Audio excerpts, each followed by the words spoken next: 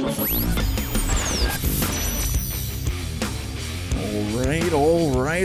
right. Same old. Welcome to another wrestling podcast. This is episode 262. I'm your Mark of Marks, Credo. And I'm Angry Cooter. And I'm not saying the rest because Google doesn't like us, apparently. We can't buy ads if you keep cursing. I'm trying. You know what? It feels weird to be back over here. I'll tell you what, I saw the dark side last week, and I'm telling you, I don't know how you do it and drink on every show, but man, it's good to be back on this side of the table. I'm glad. I'm glad you feel that way. How do you feel about titles being worn during podcasts? No? Is that like vintage 1987? Or what is it? Some foam piece of garbage that somebody bought me. I don't know. Oh, man. Throw this in the garbage, please. There you go. I don't know how you do what you do. Maybe you don't know what I'm doing over here, but this is this is my side of this is my lane. I'm staying in my lane, okay. Cooter. Good. I'm not crossing over anymore. Please. Man, so I'm back from the dark side. I'm back from the angry side. Cooter, you know, we are streaming right to everybody's ears from Beacon Podcasting in Beacon, New York. If you live in the Hudson Valley or surrounding area and you're looking to create a podcast like AWP, then visit beaconpodcasting.io. Yeah, tell them Angry Cooter sent you. A lot of things have happened since this past week. My hangover, I'm not hungover anymore. Yes, those drink and four podcast. little sips that he took out of the same shot really did him in, folks. Don't drink and podcast. That's all I'm saying. Okay. Well, some things happen. I mean, just some stuff we could mention that, you know, rest in peace to the Taskmaster himself, Kevin Sullivan, and Mr. Afa Anawai have passed away, man. Memories of Kevin Sullivan? I don't have too many memories except for I think it was the whole... Yeah, we brought this up at the Iron Sheik Ring Roast, and I remember when the incident was trying to get calmed down, after everybody kept grabbing the microphone, it was Kevin Sullivan who calmed everybody down and kind of got the show back on track. Yep. You know, the only level-minded person in the building, oddly enough, was Kevin Sullivan. So, yeah, but a lot of great memories of him on TV. I mean, I wasn't around for the Wild Samoans. I mean, that was probably before my time, but rest in peace regardless, you know. No, yeah, I think, believe it or not, I think it was Afa himself came to our old high school, John Jay Senior High School. Oh, my God. Back in the day, I forgot who ran it, but it was Bam Bam, it was Afa, it was Doink the Clown, it was a Yokozuna. I remember that, yes. So, and it was the craziest house show or it was like 80s WWE in our backyard, and it was, I'm not sure if it was both of them, but I'm pretty sure Afa was there. And I remember, I think years ago, I met him and Captain Lou at the South Hills Mall doing a signing in the middle of the mall at one point. And I think, something signed where it was like some artist drew something of him. But that's it. I mean, that's my only local memories of the Head Shrinkers and stuff, but not too much of Kevin Sullivan except for that night.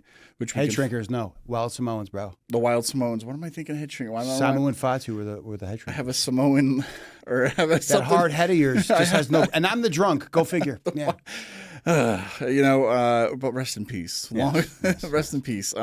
Now while we were gone, I had an email saying that we haven't talked too much AEW. Yeah, well, there's a reason for that. Well, it's those things to where, like I said, we're just your ordinary marks, right? We're the fans that are paying our good, hard-earned money ringside to be at a show, and we kind of watched. I mean, we watched it when it first came around. Yes. We were into it, but we kind of something else is on. There's nothing keeping us in. So I think to give it a fair shake, I think this weekend, out of all weekends, is to why we can get back into it, maybe.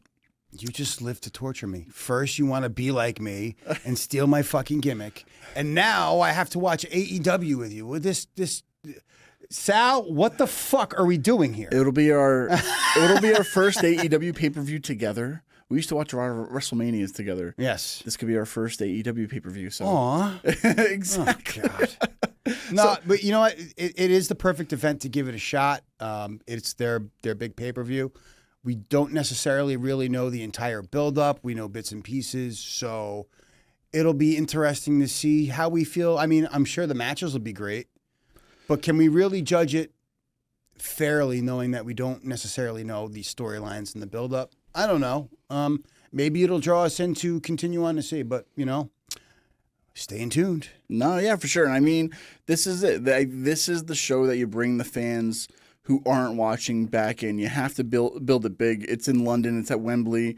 And they also just said they're not coming back there next year. They've already said they're going to Texas, I think, next year for All In, which is also announced. But this is it, man. If we're going to watch this together to see if they can bring us as regular fans Bring to your back own into fucking your product. food, Credo. So But you said you were gonna have a whole platter of smatterings of of finger foods. Yes. And maybe no neighbors. I don't know. That's Is he a fan? Is he subscribed? No, he can't come because he's allergic to the cats. That's enough. That's fair enough. I guess that's where we could just keep that going. But okay, so here, okay. As us watching AEW, I kind of know what's going on. I'll flip through the channels. I'll look at my phone. If I see anything crazy, then I'll try to find what happened. But let me go over some of these matches, kind of refresh your memory. We're not going to go too crazy into it because, like I said, we're not a watcher of AEW weekly. Right. We'll watch it when we can, but this is our chance to get us back in. So what do they got for us, okay? And in no particular order, we have a Jack Perry versus Darby Allin match for the TNT Championship. Okay. So that could, depending if we know Darby Allin, we know what he's capable of. The whole Jack Perry incident. Is this 1 year later? 1 year ago? No, that was 2 years now. I think it's like 2 years now. No, it was one. It was last year. Was it last year? Yeah. It seems like longer than know. that. This is the whole incident, the Jack Perry CM Punk incident. Yeah. So maybe he has a chance to redeem himself and give us I don't know. And it's interesting because it'll probably be the first match I see of him as this character as opposed to Jungle Boy. Yeah. Hopefully they don't use real fucking glass. So this is it. Okay, so we kind of know what we're But it's Darby Allin. They're probably going to use real fucking glass.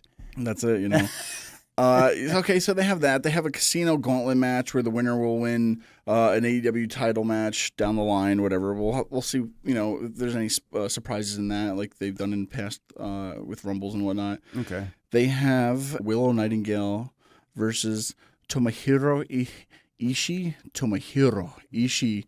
Can you tell we're AEW fans, folks? Willow Nightingale and Tomohiro Ishii versus Chris Statlander and with Stokely Hathaway. Okay. So, I mean, these are the matches that have to get us ordinary, people who have stopped watching to get them talking about something else besides CM Punk last year. Okay. So we have the AEW World Tag Team Championship match. We have FTR versus the Young Bucks versus the Acclaimed. This is probably going to be cool for me. I love the Acclaimed from the clips that I always see of them on YouTube.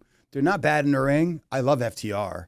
I mean, you throw the Bucks in there, okay, cool. Why not? Yeah, it should be a nice, crazy tag team championship match. So, moving right along, MJF versus Will Ospreay.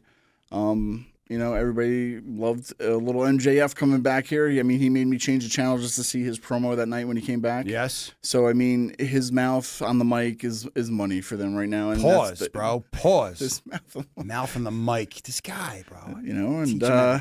But versus Will Ospreay, I mean, we've known Will for years now from Ring of Honor, just kind of being that independent superstar traveling the world. Now he's landed and officially signed in AEW, so they're having a little match in London. Cool. Is this a big draw for the London crowd, do you think? A Will Ospreay, is... I mean, it doesn't hurt. It doesn't hurt. I mean, he's a huge star over there, I'm assuming. Listen, and any hometown hero can definitely help fill the seats in the stadium. I mean, hell, we've had people locally fill the seats in the Mid-Hudson Civic Center. And, I don't think that those seats would necessarily be filled if it wasn't heavily promoted with them on the card. So, that's right. It is what it is. Sure. Yeah. All right. Well, we got some more women's matches. We have a TBS championship match where Mercedes Moné will go against the Doctor, Britt Baker, DMD. So, what's crazy about that? What's that? Didn't she get suspended over the whole MJF thing? Yeah, something happened with him backstage, and nobody really. And you know what's funny? I think he was upset. Yeah. She's a dentist. She couldn't help him. Yeah. She's not a dermatologist. Oh, jeez. Sorry. Back knee. Well, Hey, listen, I was in my 20s once too, bro. It happens. It is. You'll grow out of it. It's a little stage, some phases he's going through.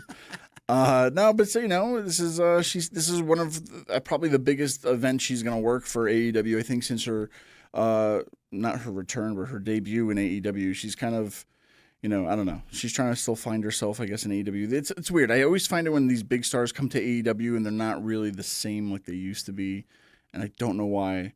And Mercedes. I can tell you exactly why. Yeah. I feel like they're not produced enough. No. I mean, the difference between the two companies, I feel like WWE is a very well-oiled machine. You've heard the stories of you better stick to the script. This is what we want. I think their writing is better. I feel like when you let people off the leash a little too much, it's not necessarily the best thing. Some people are great at it, and I don't think she's one of them. It's not a knock on her. Some people are just better produced. Yeah. It just is what it is. No, that's 100%. That's exactly it. Because I remember interviewing several AEW stars within their first few months, and that was the thing is like all they talked about is how they didn't have to memorize a script. They kind of did it the old school way of just going out there, but at the same time, they had the freedom to do whatever they wanted and blah, blah, blah. And look what happened. I know, exactly. And so you still need that kind of structure where you have the writers to help you with the storylines. And granted, I don't want you to memorize a 2-page promo. I'd rather you just have some talking points and get to those talking points, but she's not that good on the mic. I think that's fair enough to say, but maybe she might surprise us this weekend if we see it. Mm-hmm. I was always a fan of her in the ring. Yeah, I had no problems with her. When it came to that, she was always top-notch. Some people will say that she's overrated. I disagree with that. I think she's one of the better talents. I put her in probably my top 15 all-time. Best talents in ring.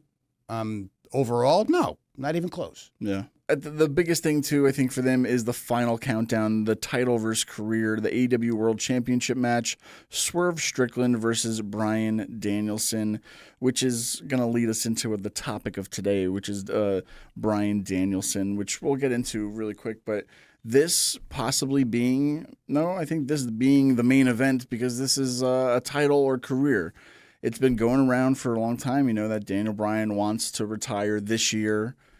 Is this the match Daniel Bryan's going to retire, or this is just all a ruse and he's going to win it just to get that pop in London? I mean, do you think the fans still love him for that? Can he draw that kind of a reaction by winning the championship? I don't know. I think it would be it's just a weird choice. When I look back at people putting their careers on the line, like Ric Flair, he picked Shawn Michaels. Yeah. Shawn Michaels picked The Undertaker to end his career. It's not a knock on Swerve. Unless it's like a passing of the torch type of thing. Yeah. And he's trying to give him the rub, like, I'm the one who ended Danielson's career, and they're going to make a story out of that, and he can use that. That I understand. He just doesn't feel like a big enough or an established star. Do you know what I mean? Yeah, and that's a lot of people were talking about that once he won the championship, because even on Cornette's show, it all went back to like they just weren't booking Swerve as a strong champion, and like once again, a talented guy, but the way they were using him, they didn't really give him anything good coming out of his championship win. So maybe this is like if it goes this way, could it be a redeemer for Strickland to where he beat Bryan Danielson in front of how many people in this kind of a show to make him more of a superstar and like make him make the fans realize why he's the world champion right now, and Bryan walks away? Or I think so. I mean, look at what it did for MJF when they did that 60-minute Iron Man match. Yeah. I mean, most people said he couldn't work a match like that, and he put on a clinic with Bryan Danielson, and it was an incredible match. It was something to see. Yeah. And it, I think, elevated MJF to that next level. It made him look like the stronger champion. Sure. So, yeah, that's a very big – but I don't see Swerve on that level as an MJF. And it's not a knock on him. I feel like they just kind of rushed his push because the last time I checked in on AEW, he was in a tag team with fucking – what's his face? Yeah. Keith Lee. Yep. And I'm like a few months later, next thing I know, he's the champion. Like, good. I think he's an incredible talent. But where's the writing? Where's the story behind it? It's just weird. It just feels, everything with AEW to me just feels really, really rushed. Sure. I'm old. You got to slow down now. Well, that's what's going to be interesting, because as we're going to watch it this Sunday, and we'll talk about it next week. But as we watch it this weekend, we got to really take it in. If they give us a storyline, let's watch it and see what they're trying to tell us. Because, like I said, you're losing that casual audience of us trying to get into it. Let me pull up the message, because I heard from our correspondent, Mike Colon, over here. All right? Because he was our resident AEW expert. Mm-hmm. He used to love watching it. And I called him earlier, and he's like, I'll be honest with you. He said, I really haven't been watching. Yeah. And this is coming from fans who've grown up their whole lives in the 80s with wrestling. So it's not like he just... Yeah. So, just so people out there understand, this is a lifelong wrestling fan. This is what he says. When Danielson first showed up at AEW, I thought it was going to be amazing. He got to see all these different matchups and the dream matches. But as time went on, I felt like they just weren't using him properly. But really fucked him up was when he challenged Hangman Page for the world title and just randomly turned heel just to try to make Hangman look like a good champion. If this is the end of him after All In, then it's honestly a disappointment for me as a fan of his. I don't think they booked him in a compelling storyline. The storyline with Swerve isn't good in my opinion. And I think that's the sentiment that a lot of fans are saying. No, yeah. I agree with them 100%. Again, I can say that. I haven't really been watching. But I mean, you're putting your there's your career after what? Was this a month of a buildup? Mm-hmm. I mean, the Shawn Michaels Undertaker buildup, that was months in the making. Like, they started at Royal Rumble with that. So you had a good 3 months, and then you had the Elimination Chamber where he screwed Taker out of the title. It was a long build-up for him to put up his career. Sure, yeah. I just feel like this happened in the last 30 days, and it's just very random.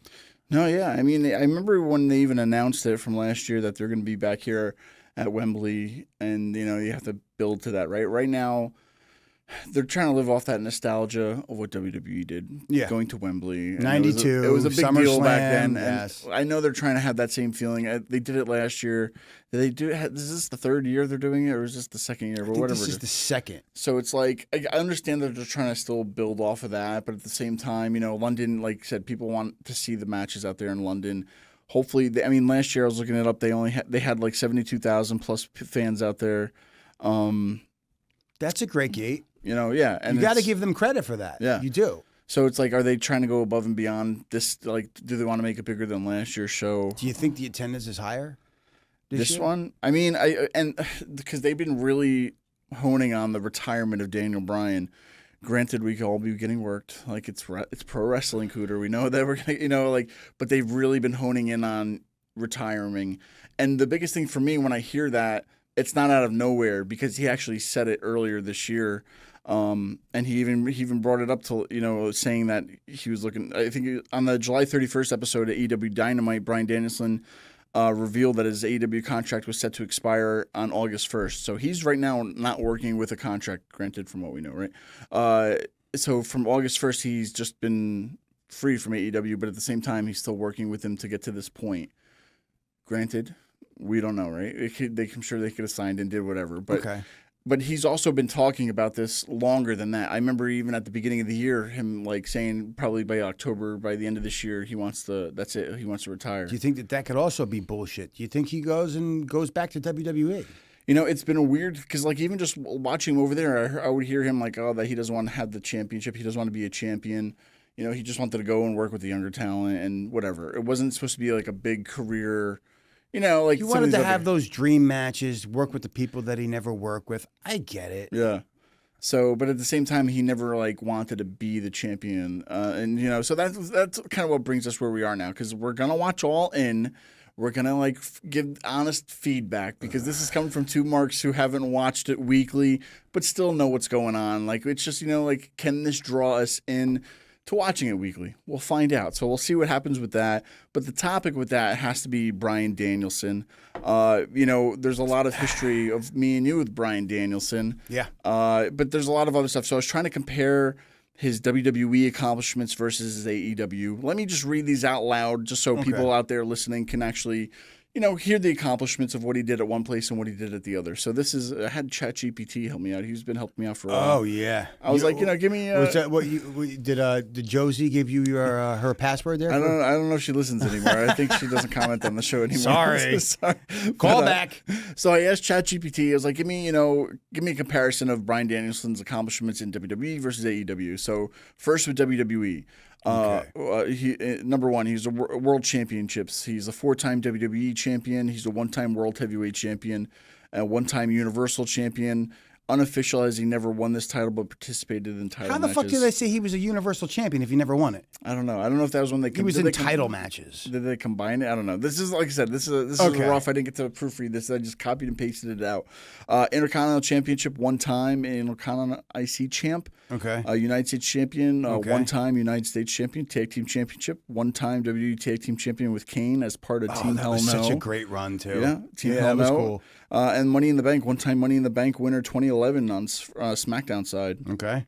Royal Rumble, never won the Royal Rumble, but had notable performances, especially in 2015 when he was a fan favorite. Was that the year that he was like Rey Mysterio came in at the end or something? They all booed him, or he was 30, or he got to the very end and then he got knocked out by somebody, or I'm probably trying to remember. No, I think they wanted him to come in, and he wasn't. Oh, wasn't in it at all. Yeah. So all right, because they were chanting for him to come in, and I could, maybe I'm wrong. I might be wrong. And this is ChatGPT, so we're gonna go see what it says. WrestleMania moments. He main evented WrestleMania 30, where he won the World Heavyweight Championship after defeating Triple H, Batista, and Randy Orton in the same night. Yep. Retained the WWE Championship at WrestleMania 35. GPT sucks. He did not retain. He lost it. He did. Kofi Kingston, the famous Kofi man. Wow. Anyway. ChatGPT is not as good as me. It said retained. It's on here, guys. Yeah, he lost it, motherfucker. What are you doing here? So he lost it. So this is just this is WrestleMania moments. I don't know why it says retained. Other achievements, he's a Slammy Award Superstar of the Year 2013. Oh, God. Leader of the Yes Movement, a fan-driven phenomenon that became a major part of his character. That was his WWE stuff. So let me go to his AEW stuff. So for AEW, World Championship matches I have, it says he's challenged for the AEW World Championship multiple times, including notable matches against Kenny Omega and MJF, but has not won the title. Those are both amazing matches. I did watch both of those. Yeah. Significant matches, it says, known for his high-caliber matches, including the highly regarded match with Kenny Omega at AEW Dynamite Grand Slam, which ended in a time-limit draw. Mm-hmm. He competed in an Iron Man match with MJF at AEW Revolution 2023, widely praised for its storytelling and in-ring work. His faction involvement, he's a key member of the Blackpool Combat Club, a faction known for... Come on, name all the members of that. Hard-hitting Cesaro. Why you got to use his old name? Cesaro. Oh, man, I didn't know his... I'm so... Anyway, don't get me all... There was a Japanese wrestler. What was his name? He looked like Takamichi Noko with a mustache. That's all I remember. That's true. That's like true. You agreed. All right. No, you're not wrong. You're not wrong. And then you had Meathead. Meathead, Moxley, yes. Meathead. You're like Archie Bunker. Hey, Meathead. Hey, Meathead. I have an interview I have to dig up one day, and I can play it because I filmed it at a table. Anyway. Okay. I'm going to bring up all these little things all the conspiracy. Yes. So he's a key member of the Blackpool Combat Club. His role as a veteran, so he acts as a mentor to the younger talent in AEW, contributing to the blah blah blah. This is not fucking. Nobody cares about this shit. I know. So there's no really. Okay, so these are the notable achievements. So in AEW, and then it just says promos and storylines. It says involved in high-profile storylines with top AEW talent. Oh, and don't forget he was on the disciplinary committee. That's right. Yeah. So, and then it tells me at the end, it says overall impact. WWE, Bryan Danielson's WWE career is marked by iconic moments, championship reigns, and his role as a fan favorite, especially with the Yes Movement. And AEW, Bryan Danielson is recognized more for his in-ring work and technical wrestling excellence, along with his contributions to the newer generation of wrestlers. So that was our little ChatGPT things. Yeah, well, we were at the Ring of Honor pay-per-view. What was that, the Manhattan Center? Yes. Yes, so we went to the Manhattan Center and we saw his last match in Ring of Honor. ever with Nigel McGuinness when they were both supposed to sign to WWE. All right. What was that? Was that Final Countdown? Which one was that? Oh, no. Glory by Honor 8, the Final Countdown. Yo, you know what's crazy? You got to hear this card. I don't remember it. Yeah, you don't remember the card? It's been a long time. It's Colt Cabana defeated Rhett Titus. John Davis and Corey Chavis defeated Up in Smoke, Cheech and Cloudy. You had no idea? I don't know. Okay. Yeah. Claudio Castagnoli defeated Kenny Omega. Cesaro defeated Kenny Omega. Yes. Okay. Wow. Roderick Strong defeated Delirious and Grizzly Redwood and Sanjay Dutt in a 4-corner survival match. Okay. This is Ring of Honor. Yeah, this is Ring of Honor. Yeah, How many of these people are working for Ring of Honor or AEW right now? Yeah. The American Wolves, Davey Richards and Eddie Edwards. I remember this match. This was the Ladder War 2 for the ROH World Tag Team titles. El Generico and Kevin Steen. Sami Zayn and Kevin Owens. And Eddie Edwards was a tough motherfucker. Remember? He wrestled that match in a fucking cast with a broken elbow. Oh, wow. Yeah, I remember that shit. Here we go. Here's one of your favorites.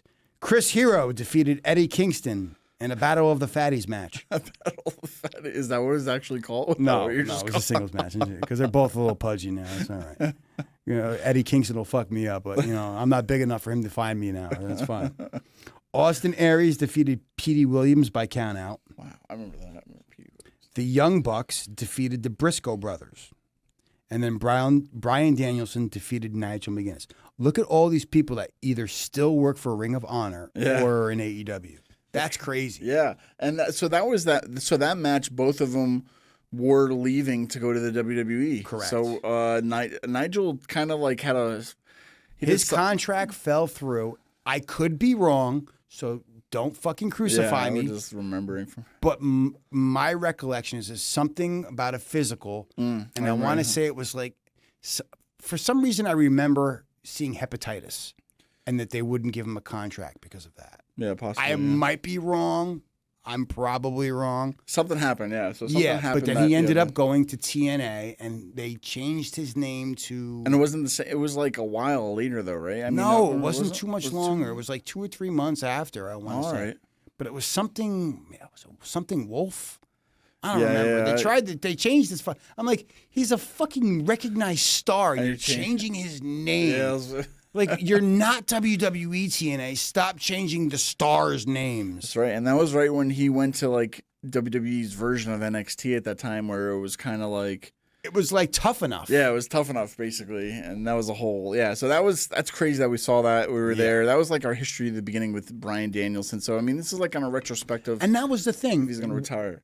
We heard the rumblings, and I mean, we were never really huge Ring of Honor fans, but we would check out the Samoa Joes and the CM Punks back in the day. I mean, and Bryan Danielson was one of those names that you were like, wow, I really got to check this kid out. And I would every once in a while, okay, wow, this kid's really, really something. Yeah. And to see where he went from there to that green, he just looked so shy when he got to WWE. Yeah. To like having one of the greatest babyface runs, to also having one of the greatest tag team runs with Kane. And that hodgepodge tag team that was awesome. That's the one hodgepodge tag team that you had to say you loved.